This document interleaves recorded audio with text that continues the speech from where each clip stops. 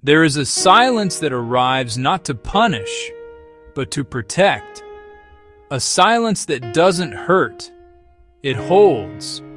It wraps around the raw edges of our grief, a gentle blanket against a world that is still too loud, too demanding.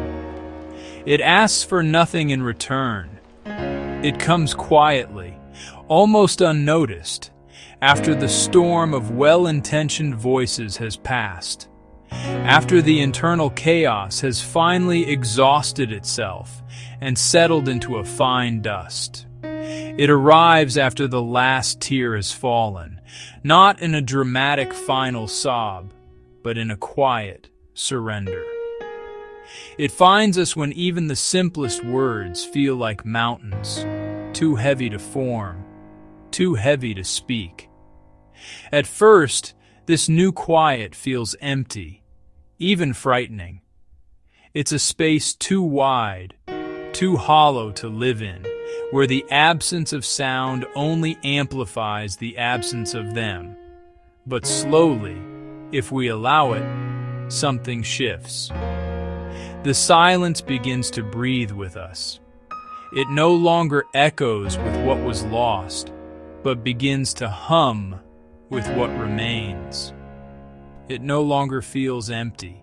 It feels like peace. It comforts. When we lose someone we love, a profound quiet descends. The world doesn't stop, but its sound changes, as if we're listening from underwater, where everything familiar is muffled and distant. The laughter that once filled the room becomes a cherished memory. The voice we long to hear, an echo we strain to catch on the breeze. And in that quiet, a space that at first feels unbearable, we learn to listen differently.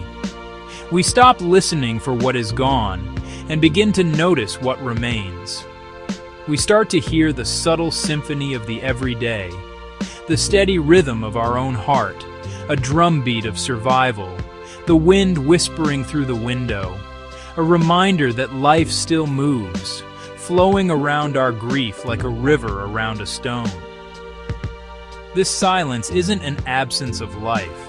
It's a teacher, a patient one, who sits with us in the emptiness until we see it not as a void, but as a space for healing. A quiet classroom for the heart. Pain speaks loudly. Silence teaches softly. It teaches that healing isn't forgetting. It's remembering with less fear. It shows that love doesn't die. It transforms. Love becomes air, light, memory. It hides in music, in scent, in a quiet morning when you suddenly feel accompanied, though you are alone. When the noise of the world fades and you allow yourself to just be, you create a space. In this stillness, something sacred unfolds.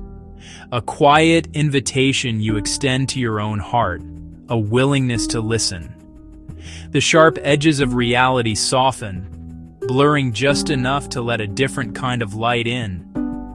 The ache of grief, once a chaotic storm, finds a gentler rhythm. It becomes like a tide, ebbing and flowing with your breath.